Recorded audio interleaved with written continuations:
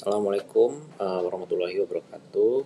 Shalom, Om Swastiastu, Namo Buddhaya, salam kebajikan bagi kita semua. Perkenalkan, nama saya Muhammad Dafar Satu Kusuma dengan NIM G00259194 dari kelompok B4. Di video kali ini saya akan menjelaskan mengenai anatomi di blok 2.1, terkhususnya di video ini pelvis dan juga organa genitalia maskulina. Nah, untuk yang pertama itu dari kasusnya itu sendiri. Untuk kasusnya itu saat menjadi panitia lomba lari 17-an, Dapri melihat salah satu peserta laki-laki mengeluh nyeri hebat pada daerah skrotum setelah terjatuh. Di sisi lain, ada juga peserta lain yang sudah lama mengeluh benjolan di skrotum yang terasa seperti sekumpulan cacing. Dan juga seorang bapak yang sering bolak-balik toilet karena sulit BAK. Nah, untuk pertanyaannya yaitu yang pertama, jelaskan anatomi penis, skrotum dan juga testis. Yang kedua, jelaskan alur perjalanan sperma dari testis hingga keluar melalui osium, uretra, eksternum. Kemudian yang terakhir, jelaskan kemungkinan perbedaan anatomi dan klinis dari keluhan pada skenario tersebut, terutama yang mengarah ke torsio testis, varikokel, dan juga pembesaran prostat.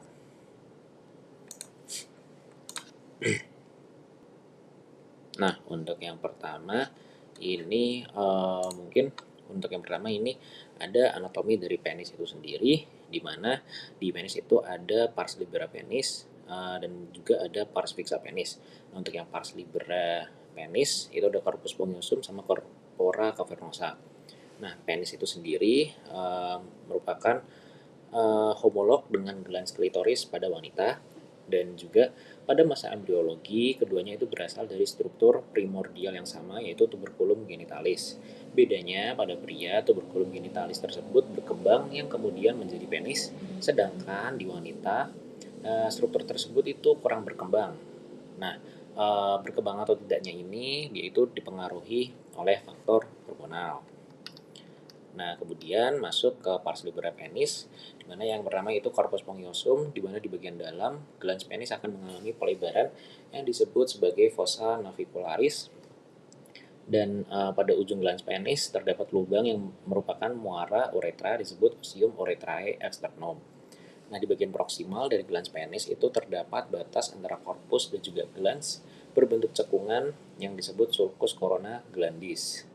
Kemudian ada juga kulit yang menutupi glans penis disebut preputium, dan preputium itu dihubungkan dengan glans penis oleh lipatan yang terdapat tepat di bawah muara uretra ke arah bagian ventral penis dan disebut sebagai frenulum preputii. Dan juga ada glandula Thiessen di dalam preputium yang menghasilkan smegma. Dan yang selanjutnya ada corpora cavernosa, di mana itu merupakan suatu jaringan erektil. Korpus cavernosum penis dibungkus oleh jaringan ikat yang disebut sebagai tunika albugenia. Kemudian pada saat ruangan di dalam korpus cavernosum itu disebut dengan cavernae, di mana pada saat ereksi cavernae nantinya akan berisi darah. Kemudian tunika albugenia dexter et sinister itu nantinya menyatu di medial dan disebut septum pectiniformi penis. Kemudian di sebelah superior dan inferior dari septum pectiniformi penis itu terbentuk dua cekungan. Di bagian superiornya itu ditempati arteria dorsalis penis dan juga vena dorsalis profunda penis, sedangkan di inferiornya itu ditempati corpus spongiosum penis. Nah, kemudian ada pars fixa penis, di mana yang pertama itu ada bulbus penis, dan dia itu terletak di tengah, diampit oleh crus penis dextra et sinistra, dan ke distal akan berlanjut menjadi corpus spongiosum dan juga glans penis. Yang kedua itu ada crus penis dextra et sinistra, di mana dia itu terletak di lateral bulbus penis dan terdiri dari struktur dextra et sinistra pada bagian dorsal, nantinya akan membentuk corpora spongiosa penis. Nah, kemudian pars fixa ini juga diperkuat oleh musculus ischiocavernosus yang merupakan insersinya itu crus penis. Kemudian ada juga musculus bulbus spongiosus di mana insersinya yaitu bulbus penis. Nah, selanjutnya itu ada anatomi dari skrotum. Di skrotum ini merupakan lapisan pembungkus testis yang terdiri dari 9 lapis pembungkus, yang mana itu ada kulit, fascia dartos dan juga musculus dartos, fascia spermatica externa, musculus cremasterika, fascia spermatica interna, tunica vaginalis lamina parietalis, tunica vaginalis lamina visceralis, tunica albuginiana, tunica vasculosa, dan yang terakhir itu ada substansia testis itu sendiri. Nah, fungsinya uh, dari si skrotum ini dia itu untuk mengatur suhu pada proses spermatogenesis. Nah, di bagian mediana skrotum itu juga terdapat yang disebut rave skroti. Kemudian lanjut ke anatomi testis. Anatomi testis, testis itu sendiri merupakan struktur yang homolog dengan ovarium pada wanita. Nah, dia itu terletak di skrotum dan memiliki sepasang, dan testis yang di kiri itu dia lebih rendah daripada testis kanan karena funiculus spermaticusnya dia itu lebih panjang. Nah, di testis itu sendiri dia itu mengalami yang namanya descensus testiculorum atau proses turunnya testis ke skrotum dari cavum abdomen selama masa embriogenesis. Jadi pada awal kehidupan fetus terdapat si testis ini terdapat di dalam kavitas abdominalis berdampingan dengan ren atau ginjal. Nah, kemudian terfiksasi pada dinding posterior abdomen oleh gubernaculum testis. Kemudian pada awal perkembangan sampai bulan ke-7, testis itu mengalami penurunan atau descensus relatif ke dalam canalis inguinalis, kemudian masuk ke dalam skrotum dengan tarikan dari gubernaculum testis untuk menghindari temperatur abdominal yang suhunya itu tinggi. Kemudian spermatogenesis normal itu hanya bisa terjadi sekitar lebih rendah 3 derajat Celcius dari suhu abdomen. Kemudian untuk klinisnya itu ada undescensus testiculorum atau testis yang tidak mengalami penurunan ke dalam canalis inguinalis. Kemudian selanjutnya ada lapisan pembungkus dari testis, yaitu yang pertama ada tunica vaginalis, kemudian yang kedua itu ada tunica albuginiana. Nah, kemudian yang terakhir itu ada tunica vasculosa, yang mana di vasculosa terdiri dari pembuluh darah dan juga jaringan ikat longgar. Kemudian ada juga vaskularisasi dari testis, yaitu yang pertama arterinya. Ada arteri testicularis cabang aorta abdominalis, arteri ductus deferentis cabang dari arteri vesicalis inferior. Kemudian ada arteri cremasterika cabang dari arteri epigastrika inferior. Untuk venanya, venae testicularis yang keluar sebagai jalinan vena yaitu plexus venosus pampiniformis. Kemudian ada juga vena testicularis dextra yang bermuara ke vena cava inferior, dan juga vena testicularis sinistra yang bermuara ke vena renalis sinistra. Selanjutnya ada juga jalur perjalanan dari sperma. Nah, jadi spermatozoa yang dihasilkan oleh sel gamet tubulus contortus seminiferus nantinya menuju ke tubulus rectus seminiferus, menuju ke rete testis, ductuli efferent, epididymis, ductus deferens, ampula ductus deferens, ductus ejaculatorius, di mana nantinya akan bersatu dengan saluran dari vesica seminalis, kemudian menuju ke ostium ductus ejaculatorius, menuju ke uretra pars prostatica, uretra pars membranacea, kemudian ke uretra pars spongosa, dan juga terakhir keluar. Kemudian yang selanjutnya itu ada klinis dari kasusnya. Yang pertama, analisis klinis, ada tadi di soal disebutkan peserta laki-laki yang terjatuh lalu mengeluh nyeri hebat pada daerah skrotum setelah terjatuh. Nah, kemungkinannya untuk klinisnya itu ada torsio testis, di mana itu merupakan suatu kondisi ketika testisnya itu terpelintir sehingga saluran sperma dan pembuluh darahnya itu menjadi terbelit seperti pada gambar di slide ini. Kemudian yang selanjutnya, peserta laki-laki mengeluh benjolan di skrotum yang terasa seperti sekumpulan cacing. Nah, kemungkinannya itu adalah varikokel atau pembengkakan ataupun pelebaran abnormal dari pembuluh darah vena, yaitu plexus pampiniformis di skrotum. Nah, pelebaran ini yang menciptakan suatu visual seperti sekumpulan cacing di daerah skrotum. Kemudian yang terakhir, seorang bapak sering bolak-balik toilet karena kesulitan untuk buang air kecil. Kemungkinannya adalah pembesaran prostat atau BPH, yaitu kondisi di mana kelenjar prostatnya itu membesar sehingga menyebabkan prostat menekan uretra atau saluran kemih dan menimbulkan gejala-gejala seperti kesulitan untuk buang air kecil dan menjadi sering untuk buang air kecil. Baik, selanjutnya untuk laporan kedua. Saat acara camping, Miko sudah menahan kencing sejak sore karena toilet umum antri panjang.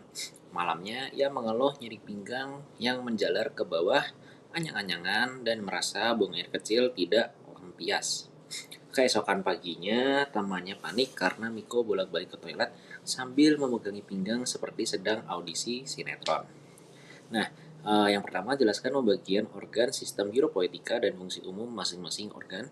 Yang kedua, jelaskan alur perjalanan urin mulai dari ren hingga keluar melalui uretra dan sebutkan bagian-bagian penting yang dilaluinya. Nah, untuk yang pertama itu dari bagian-bagian di sistem uropoetika. Di sini itu ada beberapa organ-organ yang dilalui. Seperti yang pertama itu ren, yaitu secara umum fungsinya itu memiliki fungsi ekskresi, sekresi, filtrasi, dan juga fungsi regulasi.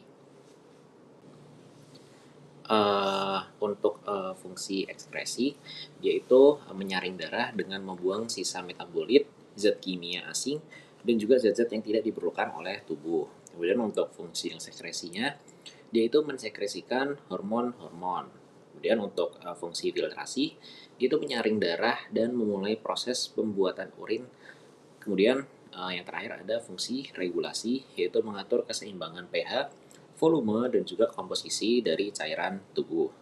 Nah, yang selanjutnya itu ada ureter, di mana dia itu merupakan saluran dari ren ke fasies posterior vesica urinaria.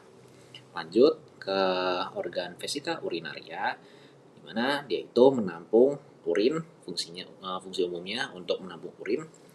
Dan yang terakhir menuju ke uretra, di mana uretra itu sendiri merupakan saluran dari basis vesica urinaria hingga ke ostium uretra externum. Lalu lanjut ke alur perjalanan dari urin atau bagaimana proses perjalanan dari urin mulai dari ren hingga akhirnya keluar. Nah, yang pertama itu di nefron. Kemudian setelah dari nefron dia itu menuju ke tubulus contortus proximal, menuju ke tubulus descendens ansa Henle, kemudian melanjutkan ke medula membentuk lengkung atau loop, kemudian menuju ke tubulus ascendens ansa Henle, kemudian selanjutnya menuju ke tubulus collectivus distalis, kemudian menuju ke ductus collectivus, kemudian lanjut ke papilla renalis, calyx minor, kemudian menuju ke calyx mayor, lalu ke pelvis renalis, ureter, vesica urinaria, hingga akhirnya keluar di uretra dan nantinya dia itu keluar di uretra ostium uretra externum. Jadi untuk arah perjalanannya mulai dari ren hingga kemudian masuk ke beberapa bagian-bagian, kemudian akhirnya disalurkan menuju ke uretra hingga akhirnya dikeluarkan melalui saluran dari UOE gitu. Kemudian untuk laporan yang ketiga yaitu di ruang bersalin, seorang ibu sedang dalam proses persalinan. Kemudian bidan menilai penurunan kepala janin dengan bidang Hodge, memperhatikan bentuk pelvis, lalu mempertimbangkan tindakan episiotomi agar robekan perineum tidak meluas. Nah, yang pertama, jelaskan dasar pelvis dan perineum, termasuk diafragma pelvis, membrana perinei, spasium perinei profundum, serta pembagian regio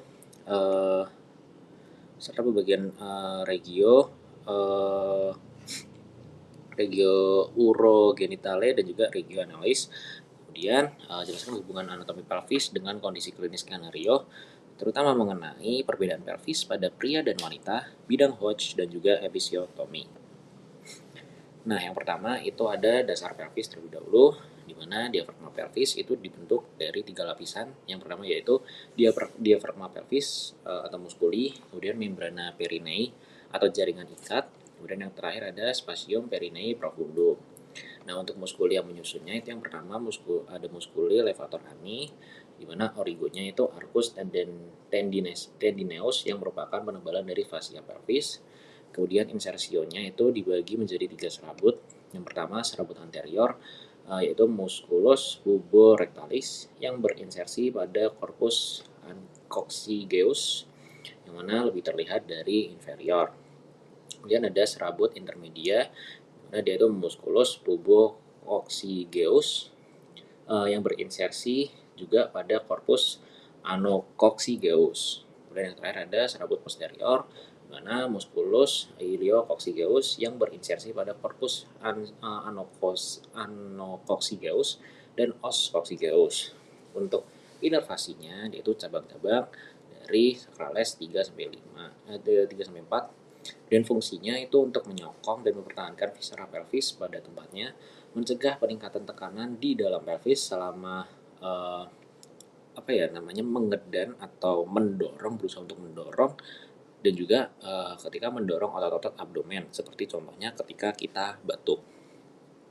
Nah, kemudian ada musculus coccygeus, di mana origonya itu spina ischiadica, insersionya os sacrum, os coccygeus, inervasinya cabang-cabang dari nervus sacralis 3-4, fungsinya menopang diafragma pelvis. Nah, kemudian ada membrana perineum dan juga spasium perineum profundum. Nah, membrana perineum itu merupakan fascia tebal berbentuk segitiga yang melekat pada kerangka tulang arcus pubicus, di mana dia itu terletak horizontal dan ke arah anterior. Itu terdapat celah kecil di antara membrana dan juga ligamentum pubicum inferius, dan di atasnya itu berhubungan dengan ruang tipis yang disebut dengan spasium perineum profundum. Dan juga terdapat lembaran otot rangka yang berfungsi sebagai sphincter, terutama untuk uretra, dan sebagai stabilisator tepi posterior membrana perineum. Kemudian yang selanjutnya, ini ada perbedaan di pria dan juga wanita. Jadi, untuk muskulus-muskulusnya yang berada di dalam spasium perineum profundum, yang pertama itu ada musculus sphincter uretra externum, kemudian ada musculus transversus perineum profundus, kemudian ada ini hanya pada wanita, yaitu musculus compressor uretra dan juga musculus sphincter uretrovaginalis, yang mana keduanya sekali lagi hanya ada pada wanita. Kemudian selanjutnya ada urogenitale. Nah, regio ini itu ditembus oleh uretra, dan juga untuk lapisannya dari yang paling superficial ke lapisan profunda itu ada yang pertama itu kulit, kemudian fascia perineum superficialis, fascia perineum profunda, spasium perineum superficialis, di mana terdapat musculus transversus perineum superficialis, musculus ischiocavernosus, dan juga musculus bulbocavernosus.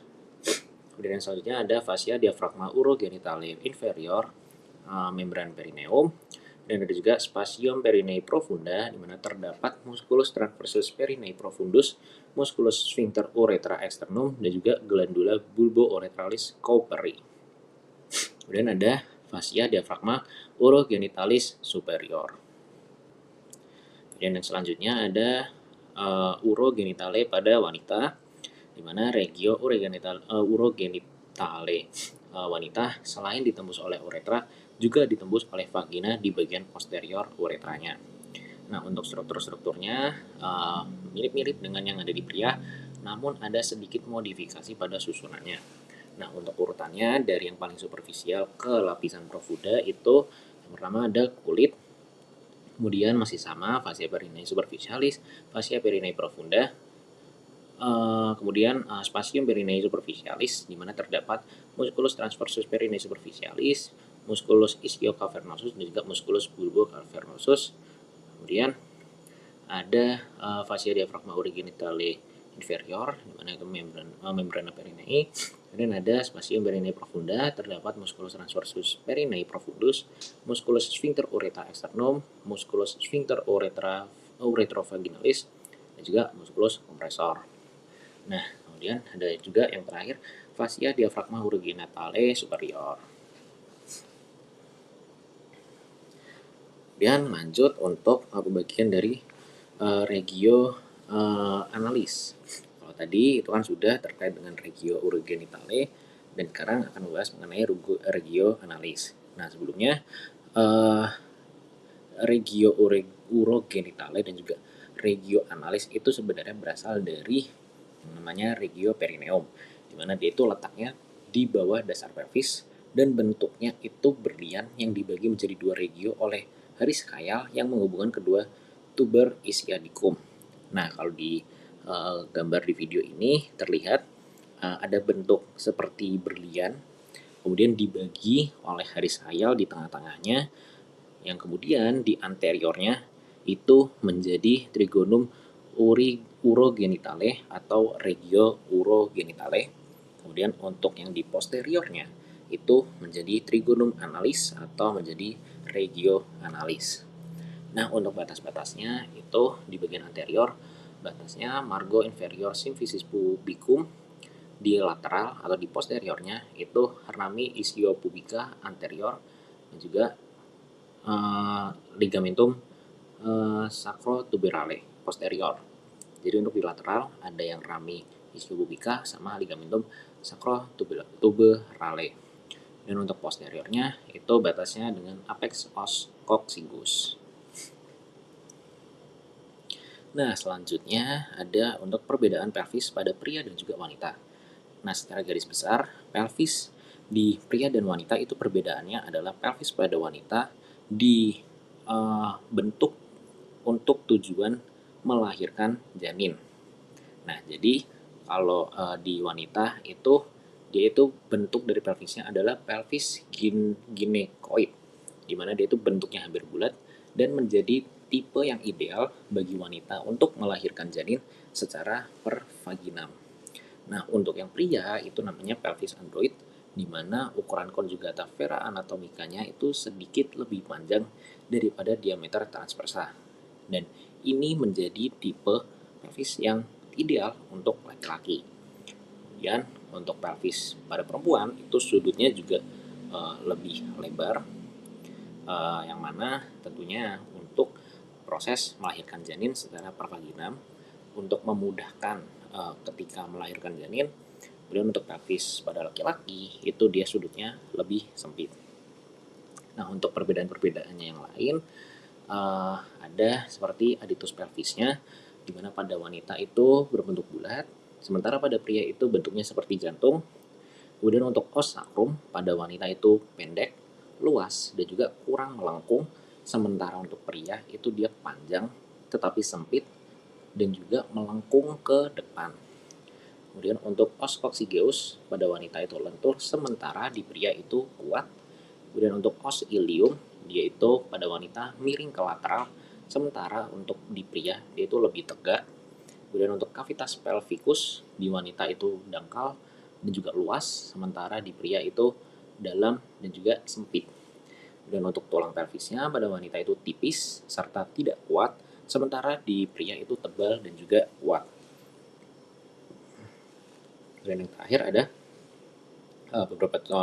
beberapa perbedaan dari pelvis wanita dan pria, yaitu di spina ischiadica, di mana pada wanita itu tidak menonjol, sementara pada pria itu menonjol. Selanjutnya, kita akan membahas mengenai bidang Hodge, di mana di gambar bisa terlihat bahwa terdapat garis-garis bidang Hodge yang dibagi menjadi 4. Yang pertama itu ada bidang Hodge pertama atau bidang Hodge 1, yang mana dia itu ditarik setinggi aditus pelvis.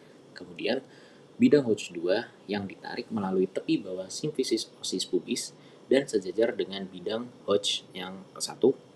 Dan untuk bidang Hodge ketiga, dia itu ditarik setinggi spina ischiadica dan sejajar dengan bidang Hodge 1 dan 2. Kemudian yang terakhir ada bidang Hodge 4, yang mana dia itu ditarik setinggi os coccygeus dan sejajar dengan bidang Hodge 1, 2, dan juga 3. Kemudian yang terakhir ada untuk episiotomi, di mana dia itu selama melahirkan perineum itu akan merenggang dan akan robek. Untuk mencegah rupturnya muskulus sphincter ani, dilakukan yang namanya itu episiotomi, di mana episiotomi itu juga ada dua tipe, yang yaitu episiotomi median dan juga mediolateral. Kalau yang median, dia itu sayatannya dimulai pada garis tengah komisura posterior lurus ke bawah, tetapi tidak sampai mengenai serabut sphincter ani. Sedangkan yang mediolateral itu sayatannya dimulai 45 derajat dari garis midline. Sekian presentasi dari saya. Terima kasih.